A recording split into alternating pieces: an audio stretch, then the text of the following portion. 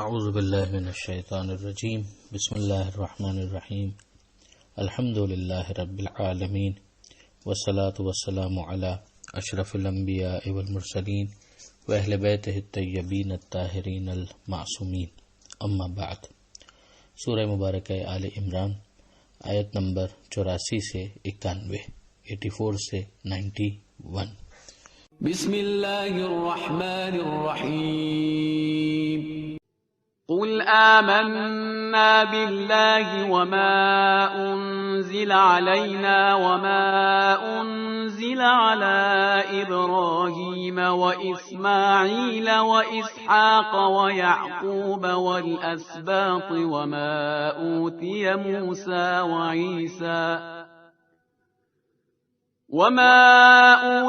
موسى وعيسى والنبيون من ربهم لا نفرق بين أحد منهم ونحن له مسلمون ومن يبتغ غير الإسلام دينا فلن يقبل منه وهو في الآخرة من الخاسرين كيف يهدي الله قوما كفروا بعد إيمانهم وشهدوا أن الرسول حق وجاءهم البينات والله لا يهدي القوم الظالمين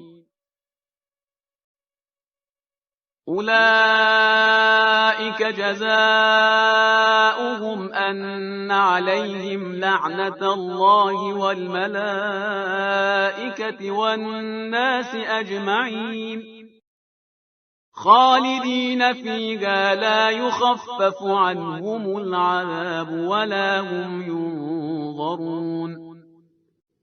إلا الذين تابوا من بعد ذلك وأصلحوا فإن الله غفور رحيم إن الذين كفروا بعد إيمانهم ثم ازدادوا كفرا لن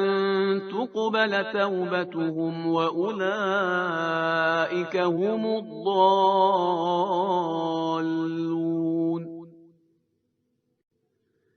إن الذين كفروا وماتوا وهم كفار فلن يقبل من أحدهم ملء الأرض ذهبا ولو افتدى به أولئك لهم عذاب أليم وما لهم من ناصرين۔ پہلی آیت جو صفحے پر ہمارے سامنے ہے اس کا مضمون تقریباً وہی ہے جو سورہ بقرہ کی آیت نمبر 136 میں تھا کہ ایک مسلمان اگر وہ واقعی مسلمان ہے تو وہ انبیاء میں تفریق نہیں کرے گا، فرق نہیں کرے گا، بلکہ اس کا ٹوٹل فوکس اس بات کے اوپر ہے کہ وہ ایک مرتبہ جب اللہ پر ایمان لا چکا تو پھر اللہ جس کو منواتا جائے وہ اس کو مانتا چلا جائے گا۔ لہذا الفاظ کو اگر آپ دیکھیں تو یہ کہ کہہ دیجئے ہم ایمان لائے اللہ پر، جو ہم پر نازل ہوا اس پر بھی ایمان لائے، جو ابراہیم پر نازل ہوا، اسماعیل پر نازل ہوا، اسحاق پر نازل ہوا، یعقوب پر نازل ہوا، اسباط پر نازل ہوا۔ اسباط وہی جو جناب یعقوب علیہ السلام کی اولاد میں نبی ہوئے، اور جو موسیٰ کو دیا گیا، عیسیٰ کو دیا گیا، اور پھر اوورآل تمام انبیاء کو ان کے رب کی طرف سے جو دیا گیا، یعنی یہ تو کل نام ہے کہ جو ہم نے لے لیے، لیکن ان کے علاوہ بھی جن جن کو نبی بنایا خدا نے اور جو ان کے رب کی طرف سے ان کو عطا ہوا، ہم ان سب کے اوپر اوورآل ایک ایمان رکھتے ہیں کہ وہ خدائی نمائندے تھے، وہ خدا کے برحق نبی تھے، جو پیغام ان کے پاس تھا وہ حق تھا۔ اب اس کے بعد کہ ہم فرق نہیں کرتے ان میں سے کسی ایک میں، وہی بات کہ فرق اس اعتبار سے کہ فضیلتوں کا فرق ہے وہ الگ چیز ہے، اس کا تو آغاز میں اس بارے میں ہم نے پڑھا تھا کہ تلک الرسل فضلنا بعضهم علی بعض، کہ یہ سب رسول ہیں جن میں سے بعض کو ہم نے بعض پر فضیلت دی ہے، مگر کیا ان پرنسپل ان کی نبوتوں میں ہم کوئی اختلاف کرتے ہیں؟ معاذ اللہ قطعا نہیں، بلکہ ان سب کو ہم قبول کرتے ہیں، اور اسی وجہ سے ہم کیا ہیں؟ وَنَحْنُ لَهُ مُسْلِمُونَ، ہم اس کی بارگاہ میں مسلم ہیں، سر تسلیم خم کیے ہوئے ہیں۔ کس کی بارگاہ میں؟ خدا کے، جس کو خدا منوائے اس کو ہم مانتے چلے جاتے ہیں۔ تو اب اس کا نتیجہ یہ ہونا چاہیے کہ جو مسلم کہلوانا چاہتا ہے وہ اللہ کے تمام نبیوں کو بشمول اس آخری نبی کو قبول کرے، ورنہ اس کا اسلام حقیقی سے کیا تعلق ہوگا۔ اب اس کے بعد جو اگلی آیت ہے وہ بڑی ڈیسائسو ہے، جس کے اندر پروردگار فرماتا ہے کہ وَمَن يَبْتَغِ غَيْرَ الْإِسْلَامِ دِينًا، کہ اگر اسلام کے علاوہ کسی اور دین کے اوپر رہتے ہوئے کچھ بھی کیا فَلَن يُقْبَلَ مِنْهُ، تو پھر قبول نہیں کیا جائے گا، اس لیے کہ یہ دین اسلام، یہ آخری نبی جو آیا ہے وہ بھی خدا ہی کی طرف سے آیا ہے۔ وَهُوَ فِي الْآخِرَةِ مِنَ الْخَاسِرِينَ، اور وہ آخرت میں یقیناً خسارہ اٹھانے والوں میں سے ہیں۔ یہاں پر بھی ایک مرتبہ پھر ہم اپنے ان دوستوں کو متوجہ کریں گے جو پلورلزم کے نام پر آخری نبی کی نبوت کو مائنس کر کے بھی معاذ اللہ نجات کے امیدوار بنے ہوئے ہیں، کہ وہ ذرا ان آیتوں کے اوپر بہت شرح صدر کے ساتھ اوپن مائنڈڈ ہو کر غور کریں، تو انہیں سمجھ میں آئے گا کہ شاید انہیں اپنے اس نظریے کو ری وزٹ کرنے کی ضرورت ہے۔ آگے پروردگار عالم نے کفار یا کفر کی 3 قسمیں بیان کی ہیں، جس میں سے ایک قسم کو پروردگار عالم نے کہا ہے کہ ان کی توبہ ہم قبول کریں گے، اور 2 وہ ہیں کہ جن کی توبہ قبول نہیں کی جائے گی۔ انفیکٹ جو تیسرا گروہ ہے وہ توبہ کرنے کے لیے تیار بھی نہیں ہے، اسی حالت میں اس کی موت ہو جاتی ہے۔ یہاں پہلا ذکر آتا ہے کہ کیسے خدا اس قوم کی ہدایت کرے جس نے کفر اختیار کیا ہے ایمان کے بعد، اور اس بات کی گواہی دی ہے کہ رسول حق ہے اور جو اس کے پاس آیا ہے وہ بینات میں سے، یعنی بالکل روشن معجزات اس کے پاس ہیں، اور اللہ کبھی ظالم قوم کی ہدایت نہیں کرتا۔ یہ وہ لوگ ہیں کہ جن کی سزا یہ ہے کہ ان کے اوپر اللہ کی لعنت ہے، یعنی پھٹکار ہے، اللہ کی رحمت سے دوری ہے۔ والملائکہ، ملائکہ کی طرف سے بھی لعنت ہے اور انسانوں کی طرف سے بھی لعنت ہے، تمام کے تمام انسانوں کی طرف سے لعنت ہے۔ یہ بات پہلے بھی آ چکی کہ اللہ کی طرف سے لعنت یعنی رحمت خدا سے دوری، اور ملائکہ اور انسانوں کی طرف سے گویا بد دعا،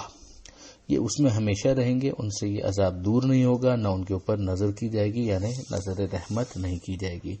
اب اس میں پھر استثناء کیا ہے، ایکسپٹ کس کو کیا گیا ہے، الا الذین تابوا من بعد ذلک واصلحوا، ہاں وہ کہ جو توبہ کر لیں اور اس کے بعد، اور فقط توبہ نام کی نہ ہو، وہ اصلحوا، وہ اپنی اصلاح بھی کریں، یعنی جو ضروری تبدیلی ہے وہ بھی وہ اپنے اندر لے کر آئیں، تو یقیناً اللہ غفور ہے اور اللہ رحیم ہے، یعنی مغفرت کرنے والا ہے اور رحم کرنے والا ہے۔ اب اس آیت کے اندر جو بات ہمیں سمجھ میں آتی ہے کہ یہ وہ کفار ہیں کہ جو ایمان کو اختیار کر چکے اور جنہوں نے اس بات کو سمجھ لیا تھا کہ یہ رسول بالکل برحق ہے۔ اب اس سے مراد کون کون افراد ہو سکتے ہیں؟ ایک تو جو ہم اہل کتاب کے کانٹیکس کو دیکھ رہے ہیں تو اس سے ایک نتیجہ یہ نکالا گیا کہ صاحب ایک وہ صاحب ایمان ہے کہ جو حضرت موسیٰ علیہ السلام کو مانتا تھا، پھر اس کے بعد اس نے کفر اختیار کیا، یعنی حضرت عیسیٰ علیہ السلام کا انکار کر دیا، یا کسی بھی کیس کے اندر ایسا معاملہ ہو جائے کہ جہاں پہلے ایمان تھا اور اس کے بعد پھر کفر کو اختیار کیا۔ اب آئیے ذرا سے دیکھیے کہ جو اگلی قسم آ رہی ہے کفار کی وہ کیا ہے۔ اس کے اندر یہ کہا گیا کہ ان الذین کفروا بعد ایمانہم ثم ازدادوا کفرا، یقیناً وہ لوگ کہ جنہوں نے کفر کو اختیار کیا ایمان کے بعد اور پھر اس کفر میں آگے بڑھتے چلے گئے۔ اب یہاں پر جن افراد کی بات کی گئی تو اسی کانٹیکس میں دیکھیں تو موسیٰ علیہ السلام پر ایمان لائے، عیسیٰ علیہ السلام کا انکار کر دیا، یہ ہو گیا پہلا کفر، اور پھر اس کے بعد کفر میں آگے بڑھتے چلے گئے، یعنی حضرت محمد صلی اللہ علیہ وآلہ وسلم کا بھی انہوں نے انکار کر دیا۔ تو ان کے بارے میں کہا جا رہا ہے کہ لن تقبل توبتہم، تو ان کی توبہ ہرگز ہرگز قبول نہیں کی جائے گی، یعنی یہ اپنی توبہ کے اندر سیریس نہیں ہیں، وَأُولَئِکَ هُمُ الضَّالُّونَ، اور یہ لوگ گمراہی میں پڑے ہوئے ہیں۔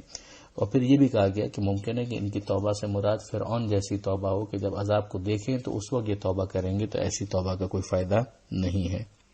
پھر تیسری کیٹیگری جو اس کے اندر بیان کی گئی کہ یقیناً وہ لوگ کہ جنہوں نے کفر اختیار کیا اور جو مرے تو کفر ہی کی حالت میں مرے، تو ان سے پھر اگر زمین کے برابر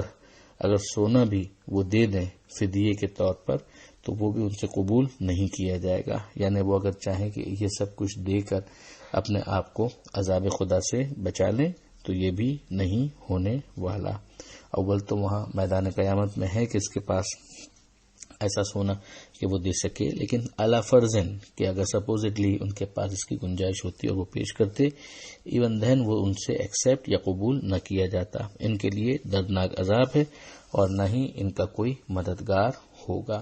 تو یہ جو 3 کفر کی جو قسمیں یہاں پر بیان کی گئیں اس کا ایک تو کانٹیکس یہی ہے۔